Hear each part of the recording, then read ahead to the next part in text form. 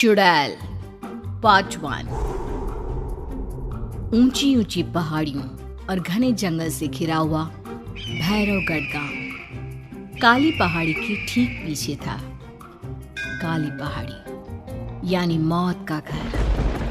भैरवगढ़ गांव तक पहुंचने का रास्ता बेहद दुर्गम था।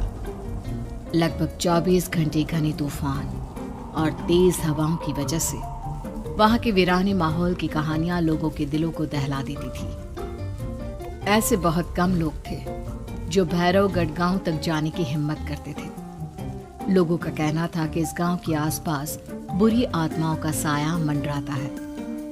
गांव के रहने वाले लोगों ने वैसे तो अपनी आंखों से किसी बुरी आत्मा या साये को नहीं देखा था, लेकिन गांव का बच्चा बच्चा इस बात को महसूस कर सकता था कि गांव के ऊपर कोई तो खौफनाक साया मंडरा रहा है। और उसकी वजह ये थी कि उस गांव में जैसे ही कोई लड़का 18 साल का होता, उसके 18वें जन्मदिन की रात ठीक 12 बजे अकस्मात उसकी मौत हो जाती। हर बार ये मौतें बड़े ही रहस्यमयी ढंग से होती और इस बार सरपंच सुमेर के बेटे को 18 साल होने में अब बस 15 दिन बाकी थे।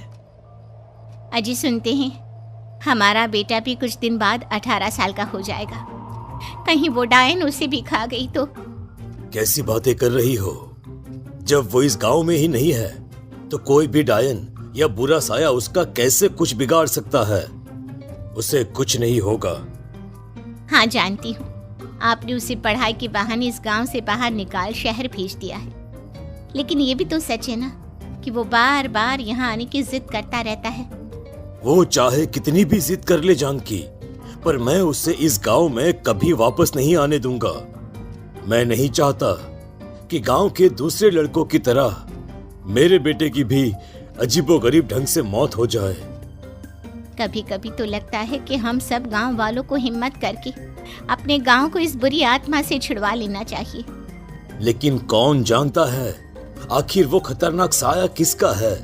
वो काली आत्मा कौन है जो रातों रात हमारे गांव के लड़कों को निगल जाती है? सुमेर और जानकी जब ये सारी बातें कर रहे थे तब रात के लगभग 10 बज चुके थे और हर रात की तरह भैरवगढ़ गांव एक भयानक काले तूफान की आगोश में था। बाहर चल रही तेज हवाएं और बारिश के बीच कभी कभी ऐसा लगता जैसे कोई बुरी तरह से चीख रहा है। किसी के तड़पने और चीखने की आवाजें गांव के कानों में बार बार टकराती, पर वहां रहने वाले किसी भी औरत या आदमी के अंदर इतना साहस नहीं था कि वो अपने घर से बाहर कदम रख के उन आवाजों तक पहुंच सके। सो जाओ जानकी और घर के खिड़की दरवाजे कसकर बंद कर दो। अब जानकी सब खिड़कियां ठीक से बंद करने ही लगती है कि तभी उसे अपने घर के दरवाजे पर जोर जोर से खटखटाने की आवाजें सुनाई देती है। इन आवाजों को सुनकर जानकी और सुमेर के चेहरे डर से पीले और हाथ पैर ठंडे पड़ जाते हैं।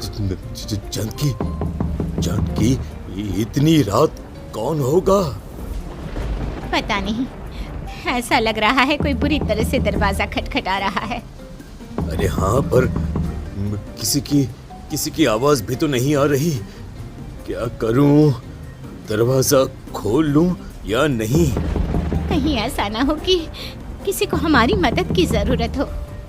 लड़खड़ाते कदमों से सुमेर दरवाजे के करीब जाता है और अपने कान को दरवाजे पर रख धीरे से आवाज देते हुए पूछता है, कौन है? कौन है वहां? तभी एक बेहद डराने वाली आवाज उसके कानों से टकराती है। दरवाजा खोलो, दरवाजा खोलो, वरना आज की रात इस गांव में कोई जिंदा नहीं बचेगा। मैं जानती हूँ तुम्हारा बेटा 18 साल का होने वाला है।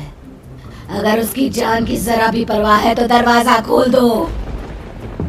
इस आवाज को सुनते ही सुमेर घबरा कर पीछे हट जाता है और जानकी को पूरी बात बताता है।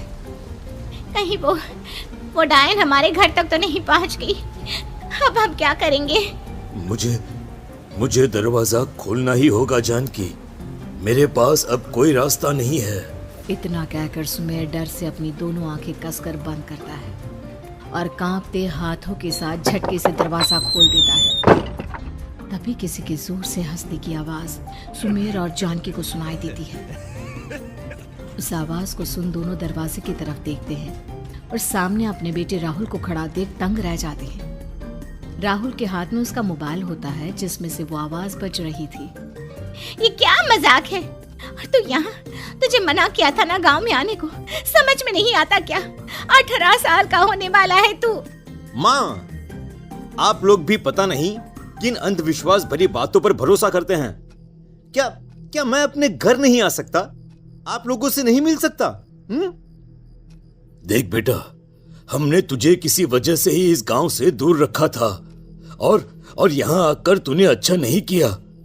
चल चल चल, मैं तुझे अभी के अभी वापस शहर छोड़कर आता हूं। ओफो पापा, आप बेकार की बातों से परेशान हो रहे हैं। बाहर इतना तेज अंधड़ तूफान चल रहा है, कहीं जाने की जरूरत नहीं है। मैं बस आप लोगों से मिलने आया हूं, कुछ दिन रहकर चला जाऊंगा। दिमाग खराब हो गया है इस लड़के का, नहीं जानता कि इस गांव में ये सुरक्षित नहीं है। किसने कहा था तुझे यहाँ आने को? ये आवाजें सुन, बाहर से जो आवाजें आ रही है तुझे सुनाई नहीं देती क्या? अरे माँ, जब जोर से तूफान चलता है, तेज हवाएं चलती हैं, तो इसी तरह की आवाजें आती हैं। ये बहुत नॉर्मल है माँ। नॉर्मल होगी तेरे लिए बेटा।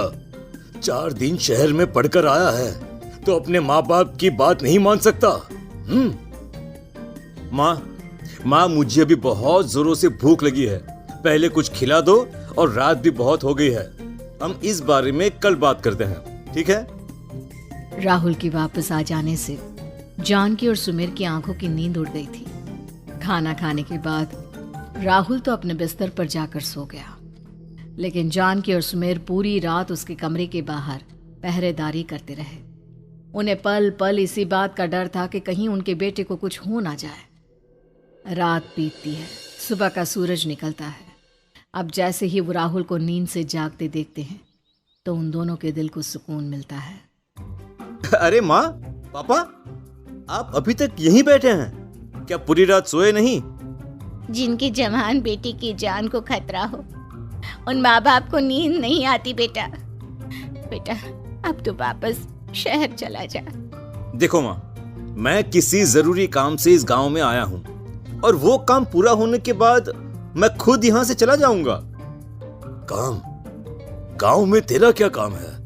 पापा, मैं बचपन से ही इस गांव के बारे में बेहद डरावने किस्से सुनते आया हूँ, इसीलिए अब मैं उन्हीं किस्सों के ऊपर डॉक्यूमेंट्री फिल्म बनाऊंगा। रिसर्च करना चाहता हूँ कि आखिर सच्चाई है क्या। हे भगवान, लो जी, सुन लिया, और भेजो इसे पढ़ने के लिए शहर। मैंने आपसे पहले ही कहा था, मेरी बहन के पास दूसरे गांव भेज दो। ना ये शहर जाता और ना उल जुलूल की बात इसके दिमाग में आती। जानकी और सुमेर राहुल को समझाने की बहुत कोशिश करते हैं, पर वो किसी की बात नहीं सुनता और अपना कैमरा लेकर गांव की पास वाली काली पहाड़ी की तरफ निकल जाता है। अब राहुल जैसे ही काली पहाड़ी पर पहुंचता है, उसकी नजर पहाड़ी के ठीक बीचों बीच बनी एक पुरानी झोपड़ी पर पड़ती है। यहाँ भी कोई रहता है क्या? ये इंटरेस्टिंग होगा। राहुल की आवाज पहाड़ों से टकराकर उसके कानों में सुनाई दे रही थी। उसने चारों तरफ का नजारा देखकर वहां की तस्वीरें अपने कैमरे में उतारना शुरू कर दिया। तभी अचानक राहुल ने अपने कैमरे में खींची हुई तस्वीर को जूम करके देखा, और उसमें उसे जो नजर आया वो देखकर राहुल की होश उड़ गए। क्या सचमुच उस गांव के ऊपर किसी बुरी आत्मा का साया था? क्या राहुल की जान बच पाएगी? क्या देखा था राहुल ने उस फोटो में जिसे देखकर वो दंग रह गया? इन सवालों के जवाब जानने के लिए देखिए इस कहानी का अगला भाग।